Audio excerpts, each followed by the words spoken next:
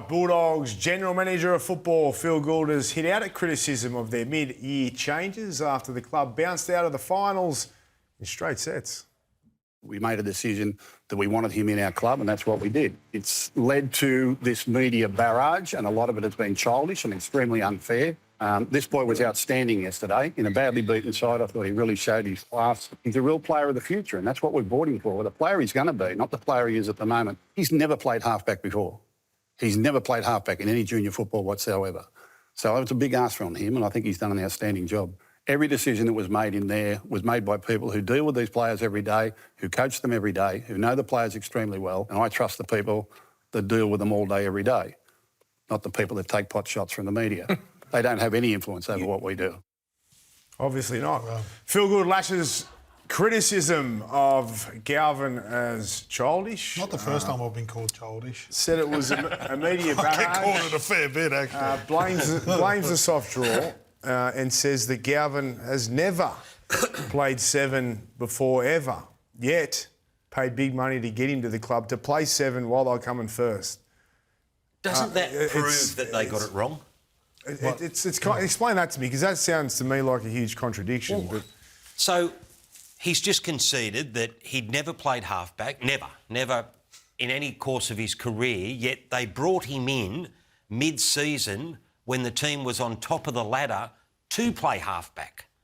So you can't use it as an excuse now, and then on the weekend when he shifts back to 5'8", and the previous week, Galvin finds his rhythm again. Like, Gus is kidding himself on that. Like, he's trying to spin his way out of the argument. But the fact of the matter is, this is the proof, what Gus just said, is the proof that they did a job on themselves. They self-sabotaged. Have your opinion, Gus. You know, come out and put your case forward. But to sort of take a pot shot at everyone who's had their opinion on the situation, the way that they went out in straight sets and act like we've been talking shit. Come on, buddy. No. You know? The reason why is the respect. Like, I've got so much respect for Gus. I'll start by saying that. So do I. He's one of the smartest brains. When he said he's the best kid he's ever seen, the rugby league guys turned to him. And then the kid on Triple M goes, "Oh, mate, who cares about the noise? They can all this." Well, hold on. You generated a bit of it by the way you acted when you left, and Gus by saying that, because I had, when Gus told me I was a bench player, that around my neck for like 5 years. To have tell that story. So yes, that was during Super League. Yeah, so when Gus, like, that weighed heavy on me, right? So to to flip it, right? But that was motivation for me. But to flip it and say that you're the greatest kid that he's ever seen, and he's been in the game for 50 years. And unearthed some great players Brad along the Fittler, way. and watch Laurie Daly and Sonny Bill Williams, and these guys come through, and I'm sure there's others. Don't forget, Gus too makes a living out of being in the media offering opinions, so Yeah. it's a tad rich to bag other members of the media. But I think it's important too, guys, that we heard from Cameron Sorrello yesterday, on Sunday, saying that the criticism of Galvin or the scrutiny was crap, and now we've got Gus saying it's childish. It's a smother, because they got rolled by 46 points, and maybe, just maybe, those two should look in the mirror and look internally as to what went wrong, rather than trying to shift the blame out onto the media. We all get it wrong. All of us. It's an opinion, all four of us week. get it wrong every few times a year, whatever I'll it go may every be. week, you go every I go a week. few times a show. Whatever. We all get it wrong, and all of us, apart from Reedy, admit when we get it wrong. But, you know, like, it's like Gus has got it wrong lots of times in the past, and he'll get it wrong more moving forward. It's okay to admit it. It's okay to say, yeah, we made a mistake. We probably shouldn't have went that way or the other. They're probably making 100 decisions, aren't they? Yeah. I've got some bad news for him, though. This just continues now into next season, because he also said that Mitchell Woods will be the 7 next year, which means obviously Galvin becomes the 6, which leaves Matt Burton in the centres. And how does Matt Burton feel about that going forward? You know what I mean? Like, it continues to be the story. And they've created it, not us. As you said, Gordon, Gus created this with his initial column. Cameron Sorrello backed it up by changing his team around, and then now, after what they've endured this season, they go back to square one. We did get an admission, though, that he's not a halfback. Yeah. So finally, Gus has admitted he's not a halfback. He might be a 13, the kid. Braith's right though. If he's not a halfback and Gus has come out and clearly said it, then why was he picked halfway through the year in the position he hasn't played before, in a side that's leading the competition and surging into the finals? And why did they get rid of the 7? And got rid of the bloke who had done a very They put him in at professional 6. job. Did they think they could turn him into a halfback? They think that he was a halfback and they got it wrong. Like what? You can't have it both I don't ways, think though. anyone ever really had a go at Lachlan Galvin's talent. And we No, all no realised one ever has. he's a 20-year-old guy out there doing his absolute best.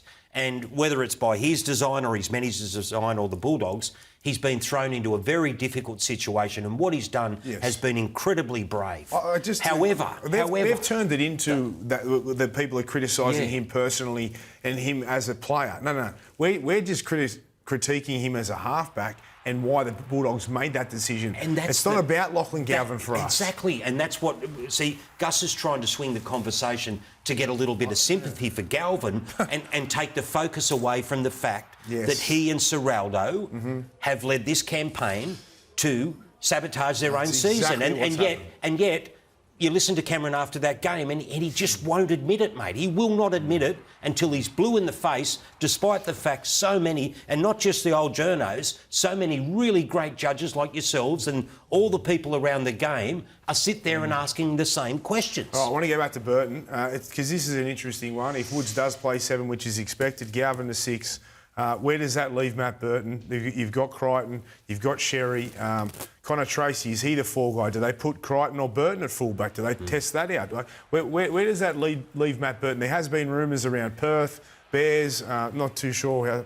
Cowboys. Is that right? You've heard that as well?